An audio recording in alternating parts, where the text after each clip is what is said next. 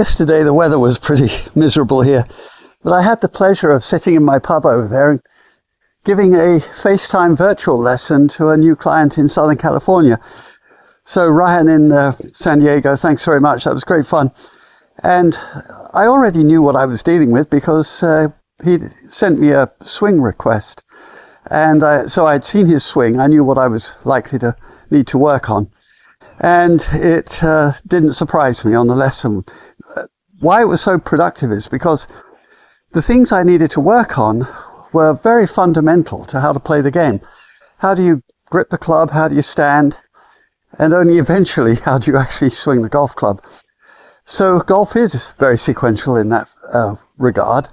And so we started off by establishing the proper elements of the grip and posture, and then moved on to how to prepare to swing a club and then actually accomplish it.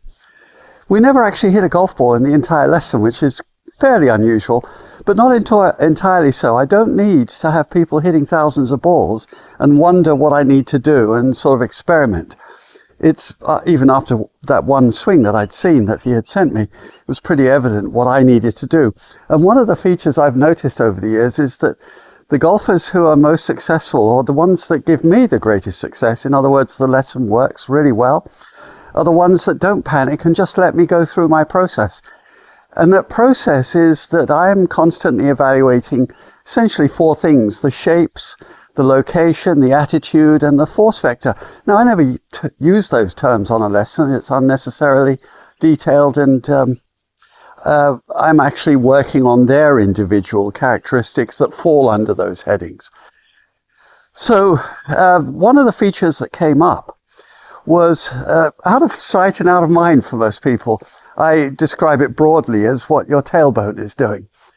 Our tailbone is here, and as you bend over, and we have to do that with a varying degree of bend with all the different clubs and slopes in golf, that it sticks out behind one. And of course, then we bend our knees, and then we're trying to maintain the correct shapes, location, attitude, and therefore have a better chance to apply proper force vector. So the tailbone is something that came up in conversation. I'm going to talk a little about that in a moment. First, though, I'd suggest or encourage you that if you want to be a part of that conversation, you can join my YouTube channel. I think it's $5, and send me swing analysis requests. And you'll be also the first people who know when I'm offering, as is the usual case, a small number of spots for those virtual lessons. Back to the point, the tailbone. So when you've picked up the club and attached your arm and extended and biased, rectified the club and then squared it, and keeping your upper arms against your body, but not the lower ones, of course, you have to tip over. And as we tip over, we don't want to slump into some new shapes. We'd rather keep our posture the way it is when we're standing, and just have this rather angular adjustment of it where the torso bends forward and then we introduce the knee bend. So it all looks very much like this. Now, once we've got those elements built, we tip over. And when the club goes down, it, of course, comes in toward us. And I always have people stop at their imaginary top of an imaginary golf ball and then use the knees to drop the head of the club, your head, and very importantly, your tailbone, straight down. Why I say that is because people don't. They tip over and get to about here. And of course, the legs are straight. No sport's played very well like that. But when they reintroduce the knees, then they do it this way. And they're actually sagging forward with the knees, rounding their back. And because of those two elements, the club is actually trying to go up here. And you actually have to force it down by pushing down with your thumbs. You even see signs of that where people are actually gripping with their thumbs, particularly the right one, right on top of the club, because they almost need it to help them to make that adjustment.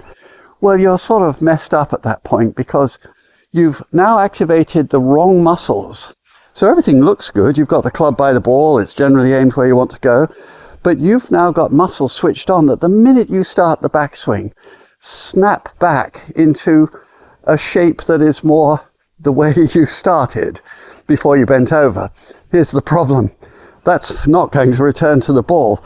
You've changed shapes, and now all of a sudden you're going to come around higher and farther away from you, and guess what that does? It'll shank. Horrible.